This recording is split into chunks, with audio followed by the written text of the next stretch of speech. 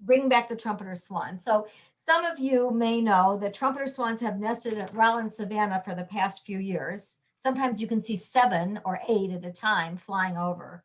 And they can also be seen at Pine Dunes in Antioch. And those of you who were on our field trip there last October may remember seeing them there as we walked the trail. And that's what inspired tonight's program, because the trumpeter swan is another species that has come back from the brink over the last century.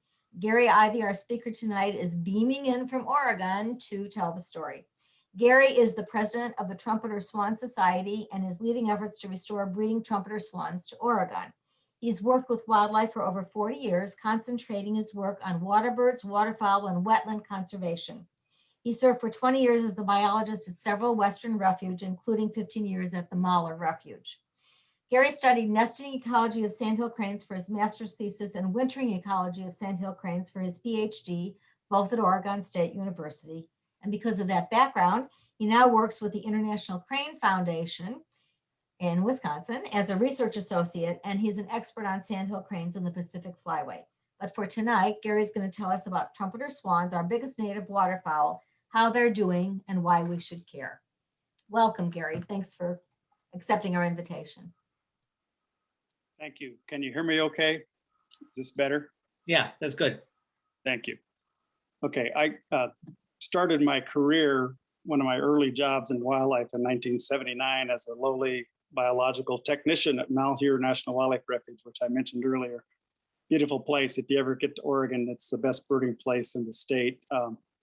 May is the month to be at Malheur for all the songbirds. They get a lot of rarities there, but a lot of the Western species are nesting there. Lots of water birds like white-faced ibises and pelicans and egrets and herons and so forth. So it's a wonderful place to visit. It's Disneyland for birders.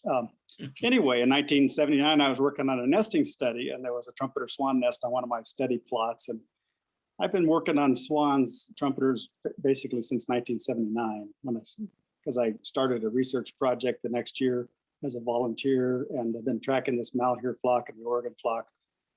I'm trying to get them back on their feet. That's just a long story. I'll talk a little bit about that, but let me try to share my screen.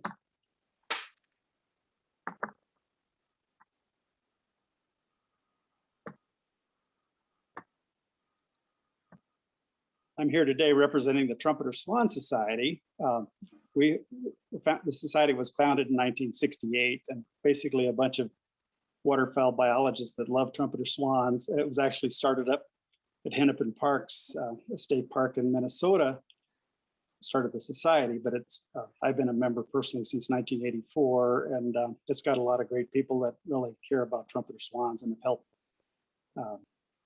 further along all the success they've had. So they're a beautiful bird. I know you'll like lots of songbirds and so forth. Trumpeter swans are definitely one of my favorite. I've got lots of favorites, but the swans they're just so majestic. They were nearly lost to extinction at the turn of the last century, and I'll talk more about that. But first, some of you may not be, probably most of you birders know pretty well the 3 different swan species that you might see in Illinois. Trumpeters apparently are nesting there now, but tundra swans come down in migration. And of course, you have some feral mute swans probably around, I assume. And so those are the 3 birds, the mute swan on the left, the trumpeter swan in the middle, and the tundra on the right. And how do you tell them apart? The juveniles are really kind of tough, but with a little practice, generally the juvenile that you see in the winter, juvenile trumpeter swans tend to be a lot smokier gray than the juvenile tundra swans. But if you look at let's see if my arrow will work here. Yeah. If you look at the shape of the bill, you've got a nice, very angular skull and a very flat slope here on the trumpeter. And with the tundra swan, you've got a very rounded skull and more of a little slope which curves up a little bit. Only about 50–60% of the tundras have this teardrop, which is a good indicator, although some trumpeters will have a little yellow wash, not quite as distinct as a tundra swan.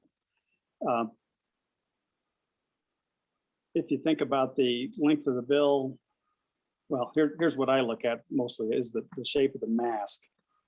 Here you can see a distinct eye on this Tundra Swan, and here the eye appears to be part of the mask. So you got this big kind of V-shaped curve here. It goes back to the eye, and here it's more of a little straight up and then back to the V. There's this little straight spot here on the Tundra Swan, which helps. There's a snow goose for comparison. Again, pretty much what I just told you, but you've got more of a little dip in the bill on a Tundra Swan. And here's another shot. Again, the rounder skull, is good here, but the eye is very distinct on Tundra Swans, usually. Also, trumpeters tend to have a pretty pronounced V between the eyes here at the top of the bill. Well, Tundra Swans tend to have a U, but I have seen some Tundra Swans with more of a V, so that's not 100%. You have to kind of combine these characters when you're trying to consider. And then, of course, the body size is another factor. That trumpeters are about a third larger than the tundras, and if you see them together, the size is very striking. So now that you've got that down, what do we have in this photo?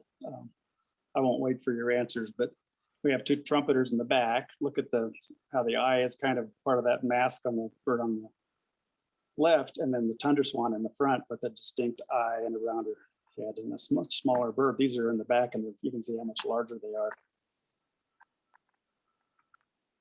So what's this? Think about it for a second. These guys are very dusky, these cygnets, and the eye is not very distinct. So we've got trumpeters in this slide.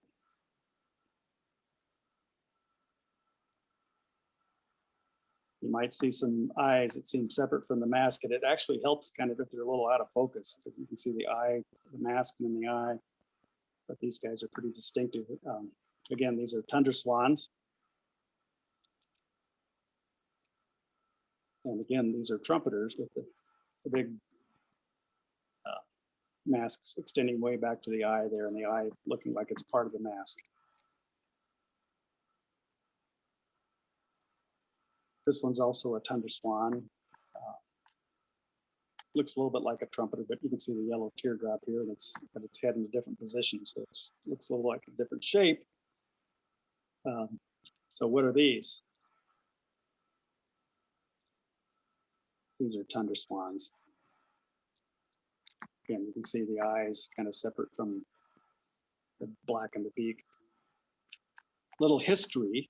This is Winston Bako did his monograph on Trumpeter Swans in 1960, which was published as a North America Fauna series. And this was his map of the historic distribution of trumpeters.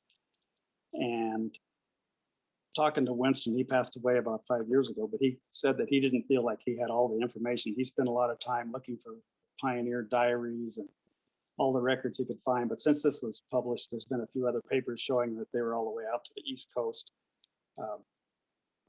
So generally, they were in these upper tier of the states and in most of Canada and Alaska, the south half of Alaska.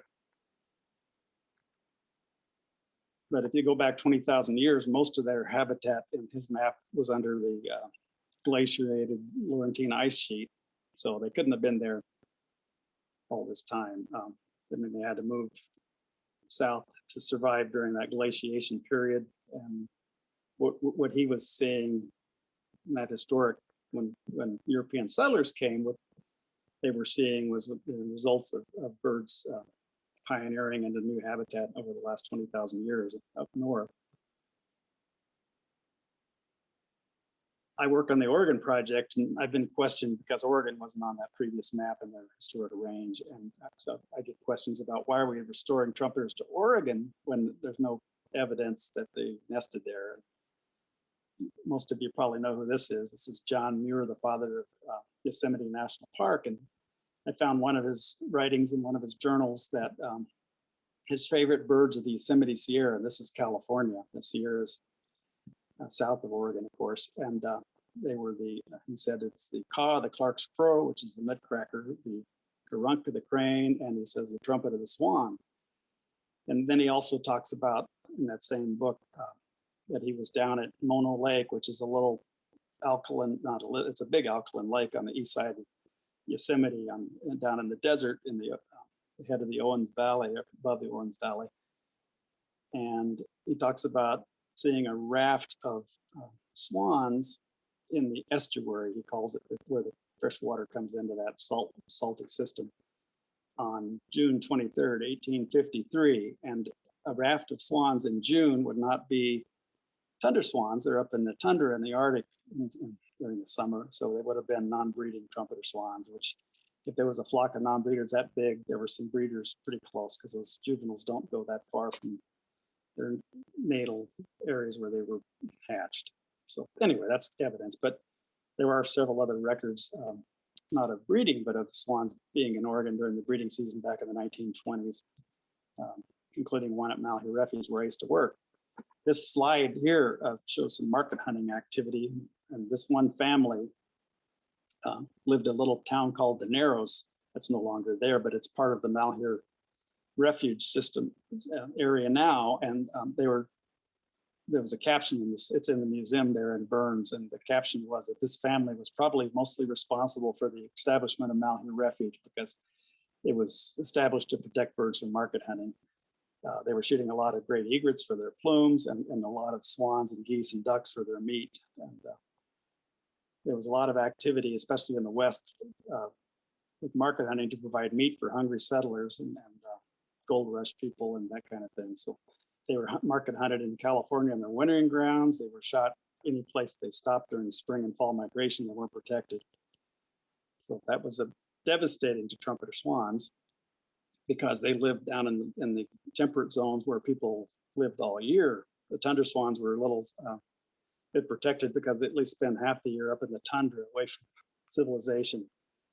The fur trade was a big problem for trumpeter swans, and actually Hudson Bay Company and other fur traders traded in swan skins, just in addition to beaver pelts.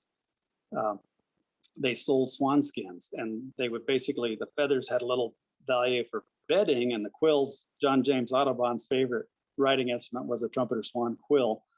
Those had some value, but the big value in the swan skins was plucking all the feathers off, leaving the down on the skin, and then tanning those skins with the down on them. And those were sold for powder puffs, for all the powder makeup that Europeans and Americans used back in the 1700s, 16, 17, 1800s as makeup. And so they didn't have synthetic powder puffs we have today. They used swan skin powder puffs. And that's what really decimated the swans.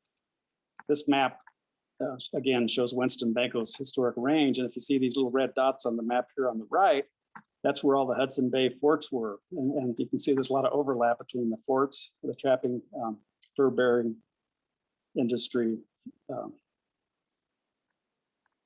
and the trumpeter swan breeding range. So they had a big impact on trumpeter swans, as well as the settlers who, swans were a big meal, and they were very targeted. And if you live near a breeding pair of swans, they're very defensive of their nest, real easy to approach and shoot.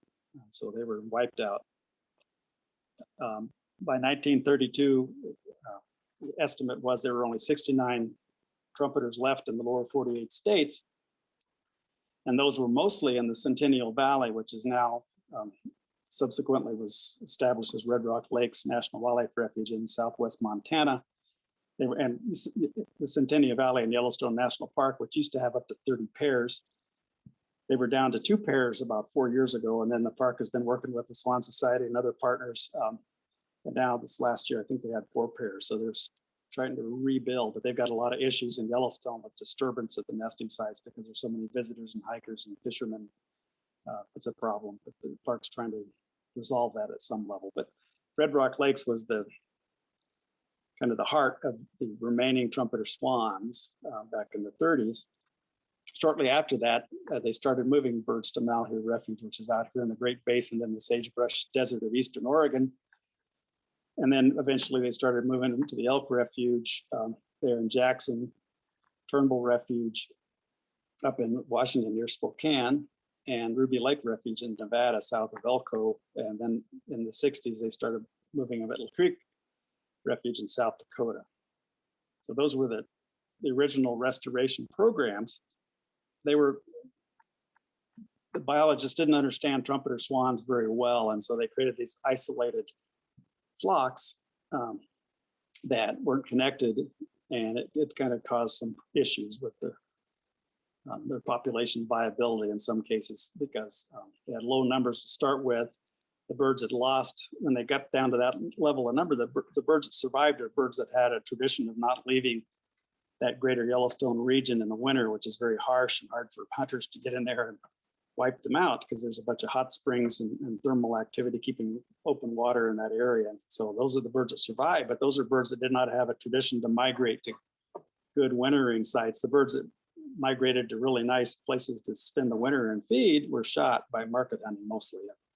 So we wiped out their knowledge, that flock knowledge of where they should go in the winter, unfortunately.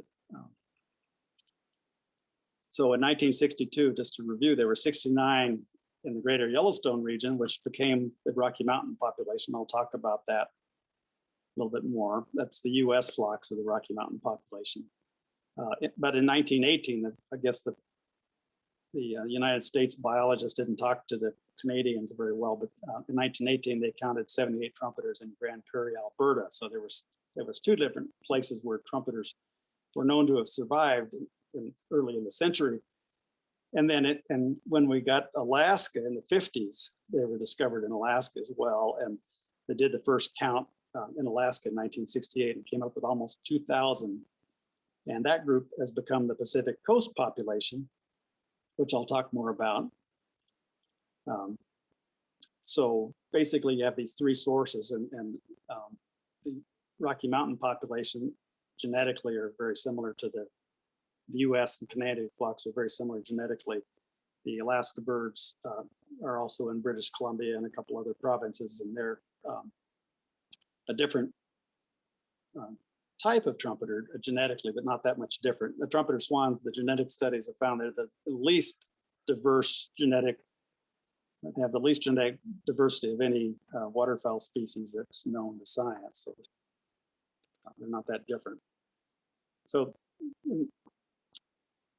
the interior population, which includes the birds in Illinois, started in 1960 at the Creek Refuge with introductions there. And they call that the High Plains flock, which mostly now nests in Nebraska. There's a few up north in Canada that are part of that flock that spend the winter together.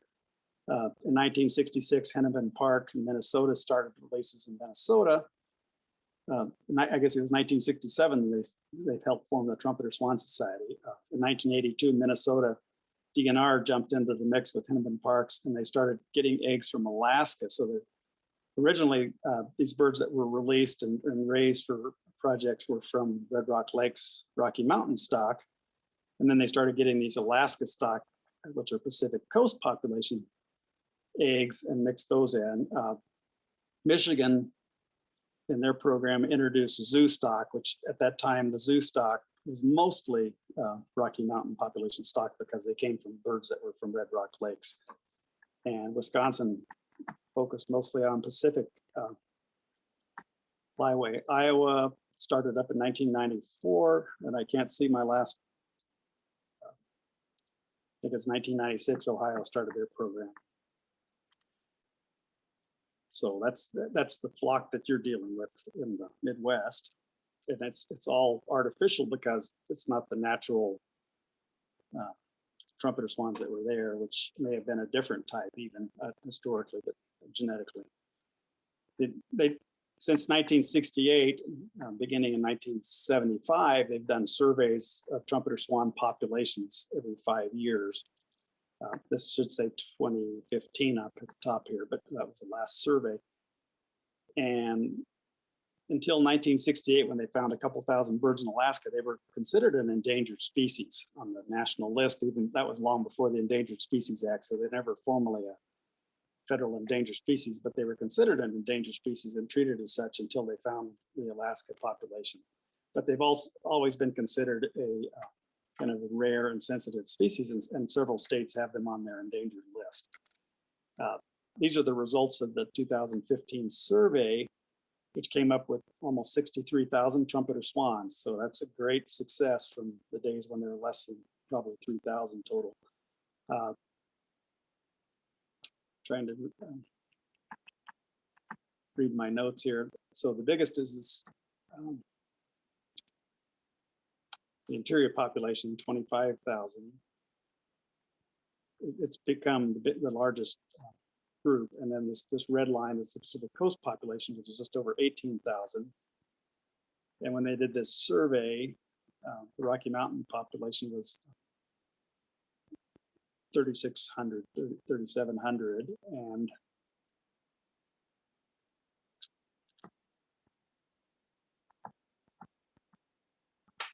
confusing myself again.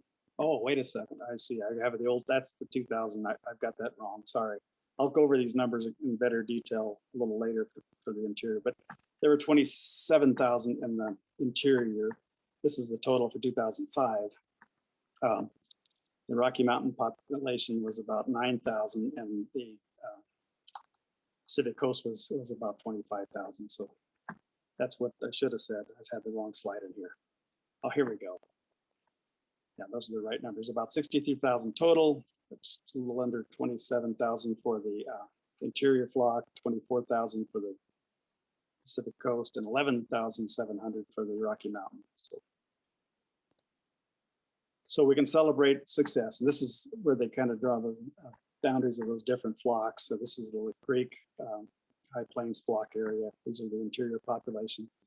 And there's also a little group up in Ontario that's part of the interior. They've been working on their program for about 20 years. So the range of the Pacific Coast population is basically Yukon, BC, Alaska. And these birds here in the Rocky Mountain, in these in the States, is the ones that are most concerned. I can't show you this, but in this survey, 2005, there were only 765. I can't see it on my screen because I've got this Zoom thing blocking it. But anyway, you can kind of see the numbers there. 765 adults in the lower 48 states in the West, and that's not a very viable or healthy flock. And so I'll be talking about that a little more. This shows the Canadian portion of the Rocky Mountain flock, almost 11,000 birds. And the slope of their increase, they've been increasing exponentially in Canada, while the US flocks have been pretty flat since 2015. They've gained a little bit in the last 10 years, but there hasn't been a survey since 2015 because the agencies decided they didn't have enough funding for the 2020 survey. So I'm going to talk about the Western flocks again a little bit more here. It's a strategic priority for the Swan Society because of the low numbers and they're very isolated. They have high extinction risk for some sites. Malheur Refuge, where I used to work, is down to 3 adult trumpeters last summer, and they lost the last breeding male over the summer, and so they've got 3 adult females. We're working on a project at Summer Lake, about 100 miles away, releasing birds, and we hope those birds find the Malheur females and help build that flock. I'll go into that story a little more, but their behavior contributes to their isolation because they only move around generally in migration and so forth based on what they learn from their parents. And so they tend to be very sedentary if their parents were sedentary. And a lot of these original restoration flocks are very sedentary. And the problem with Malheur is they didn't leave the refuge. And it's not a great place to spend the winter. Sometimes it gets 32 below there. Anyway, it's a big issue, but so the status isn't good. And also climate change, wetland dynamics are changing. So these wetlands in the Intermountain West are getting drier and drier with hotter summers and less snowpack. And their genetic diversity is very low, which limits their adaptability. So we're working with a bunch of partners in the greater Yellowstone area in Oregon to improve connectivity between these flocks. And we're trying to build what's known in science, wildlife science, as a metapopulation, trying to increase genetic diversity and lower extinction risk. Currently, this is where trumpeter swans are nesting, including these original restoration areas and more recent sites here in Southeast Idaho, several refuges in Southeast Idaho, Seed Skiddy Refuge in Wyoming, along the Green River in Wyoming, the Middle Madison, there's a project going on there, here up near north of Missoula, the Blackfoot Challenge project, and then the Flathead The Salish Kootenai tribe started a big project on the reservation there and in Flathead, and they've got a great program going. A good portion of the swans in the States are in that Flathead area. As I mentioned, their behavior contributes to isolation. When we started moving swans to Summer Lake Wildlife Area, we started taking cygnets from their parents.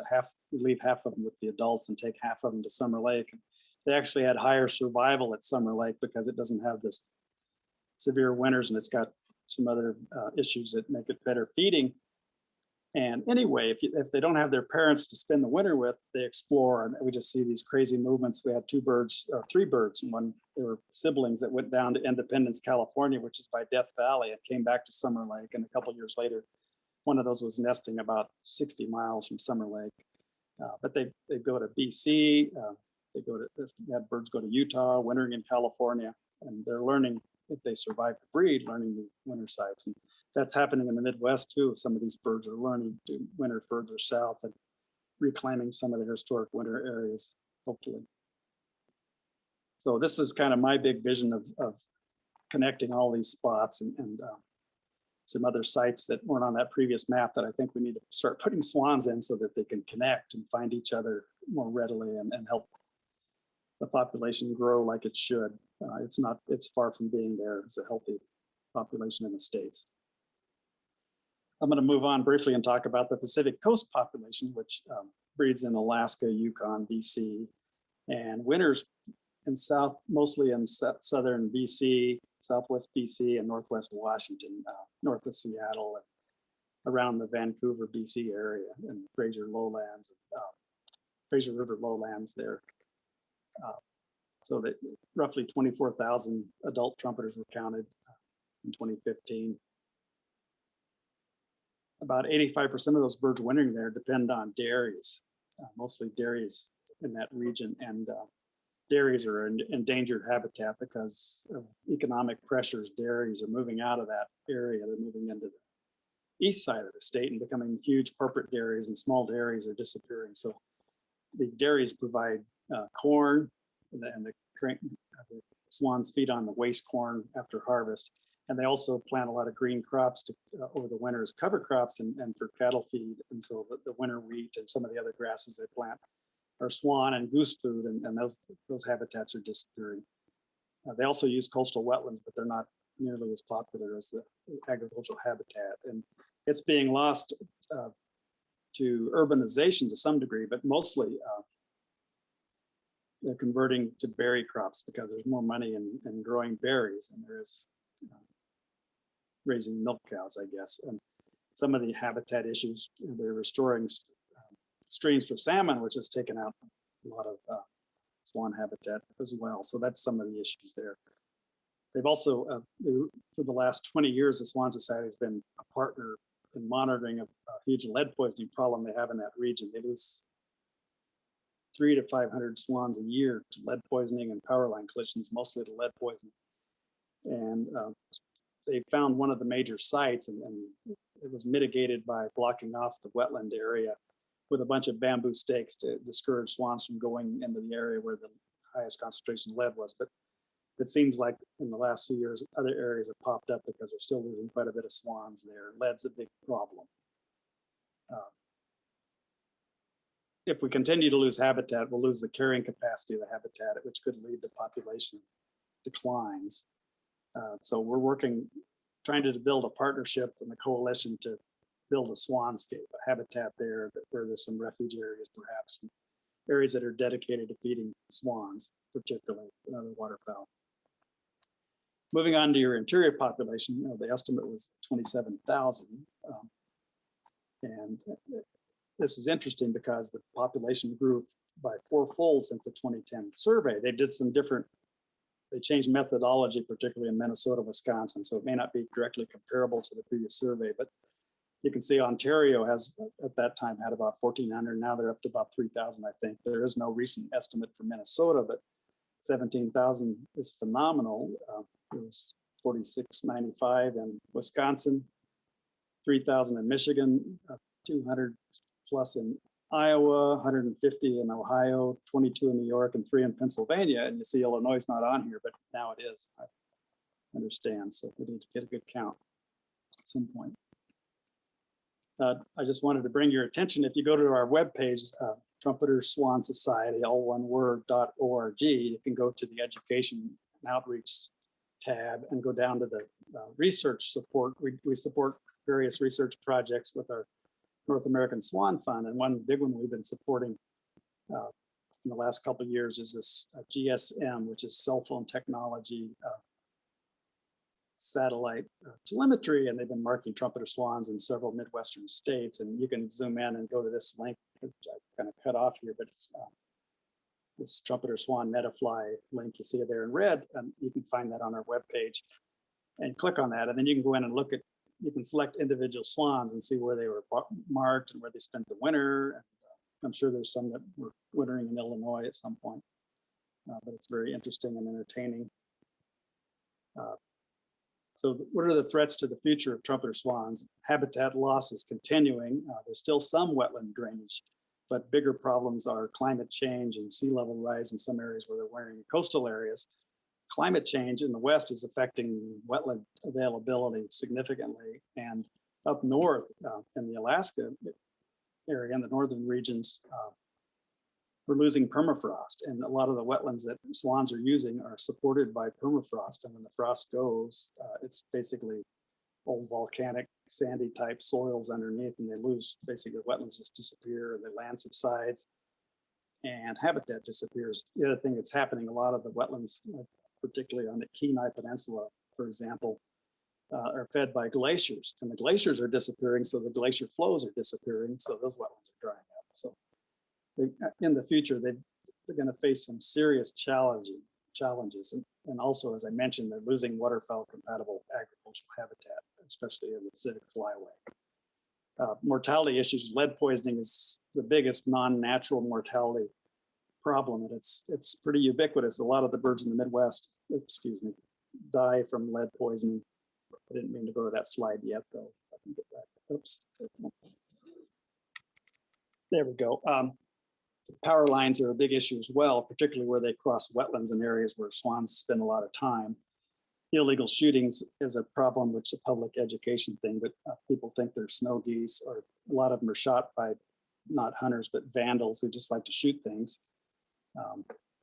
But those are all issues that we're trying to work on with the Swan Society in terms of education. For the lead poisoning, a couple of the states, Minnesota and Wisconsin, we've been working with them to encourage fishermen to get rid of the lead out of their tackle boxes. Small lead like split shot and jig heads kill loons and trumpeter swans significantly. And so there's the tackle exchange programs going on, and educating the fishermen kind of on a bottom up level.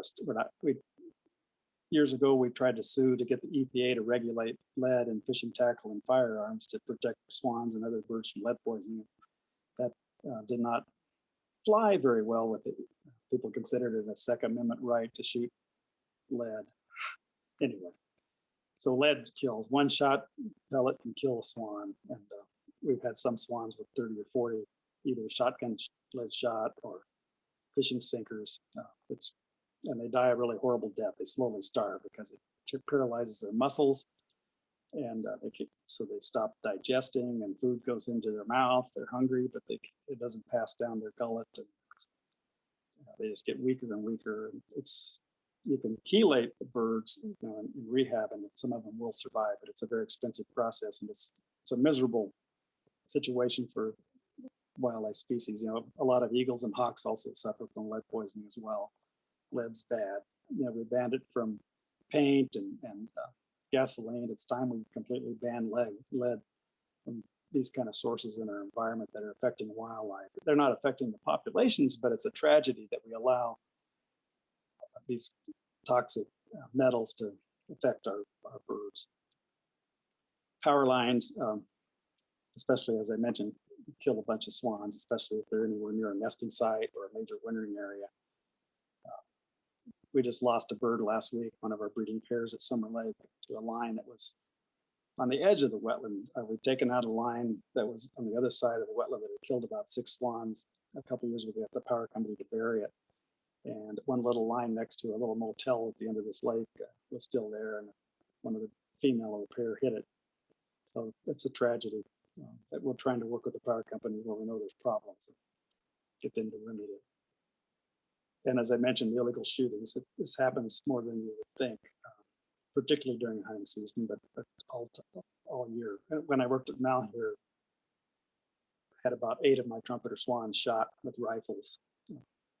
15 years I was there. I'm wrapping this up, so I want to show you a cute picture of a swan cygnet and then make a pitch that, whoops, I thought I had another slide, but I want to make a pitch that you become a member of the Swan Society and help support us. If you don't want to be a member, we'd appreciate a donation, some sort of support. And if you want to ask questions via the chat, maybe that's an option. I'll turn it back over to Rena. Thank you.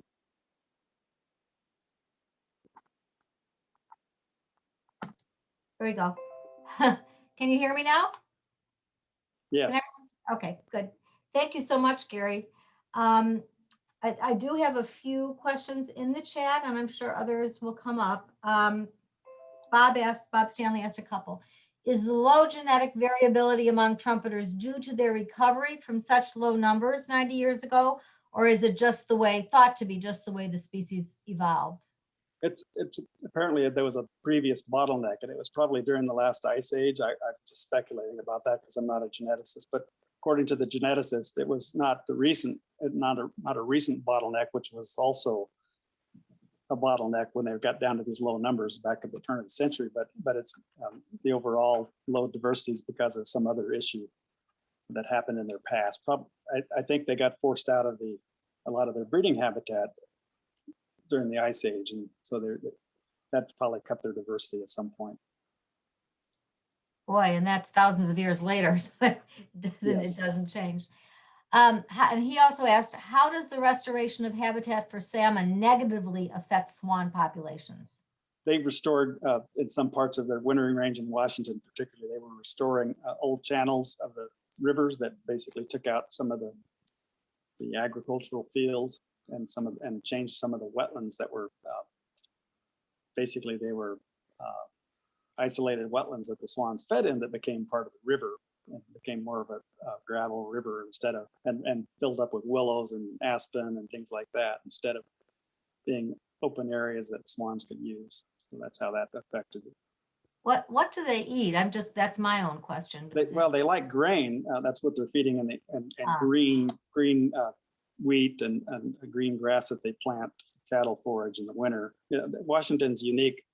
Northwest Washington, they get some severe weather, but generally it doesn't get super cold in the winter, so crops grow pretty much all winter there.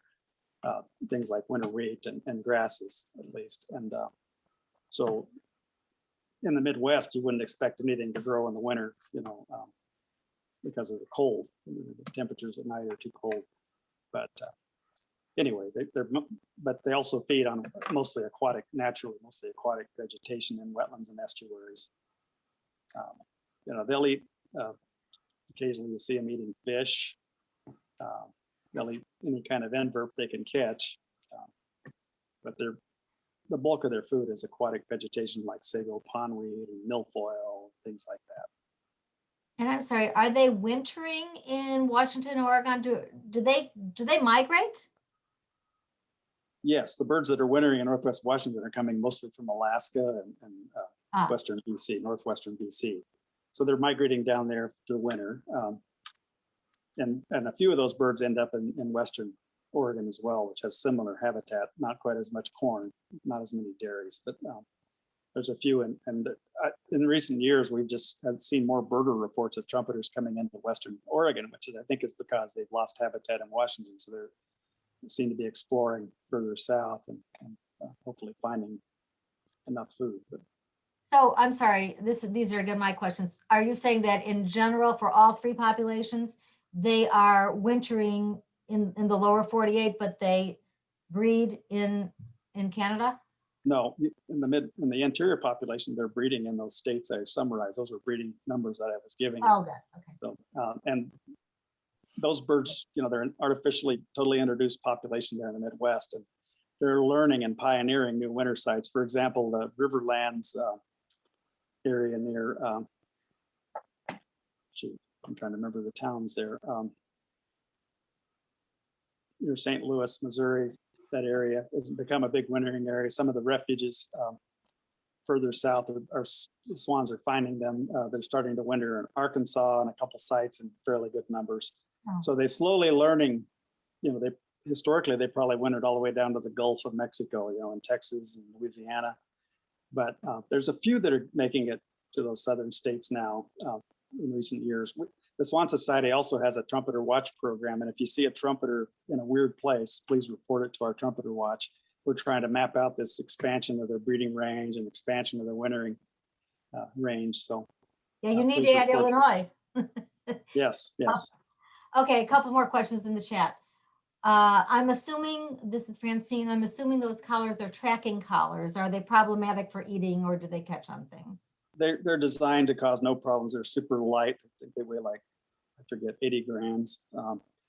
But they've been designed and used. I mean, the collar size and weight has been designed and been used for over 30 years on trumpeter swans without. The only place they've had problems with the plastic collars was in the greater Yellowstone area about 30 years ago, when conditions, it would get 50 to 60 below in that area. And in the last 20 years, it hasn't rarely gotten below 20 below. So it's moderated, but when it's 60 below, they get ice built up on the collars, and they've had some of the younger birds that were marked die from the ice, 10 pounds of ice that got stuck to their collar. But it's pretty rare to have any problem with those collars, and they don't seem to cause any problems, and they get a lot of great information from those. Yeah, everyone always asks about collars on and bands and all that kind of stuff. Okay. Yes. How much do the trumpeters weigh? When do they start laying eggs? And do we know the oldest trumpeter on record? Okay, a huge male can weigh up to like 35, 37 pounds. That's kind of on the high end. That's the heaviest flying bird in North America, the heaviest. They normally don't start breeding until they're 4 or 5 years old. They lay about, from 3 to 10 eggs, rarely 10, but I've seen one brood of 9 trumpeter swans. And what was the other question?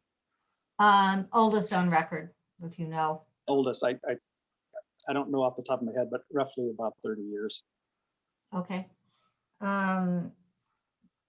We were just talking about the trumpeters in Illinois, and we have someone who said that she thought that she saw some in Barrington and North Barrington, but she was surprised they were on the Illinois. So as I said at the beginning of this, we know that they are at Rollins Savannah, which is until about 15 years ago, it was farming, and it's been reclaimed. It's a preserve, and then another preserve.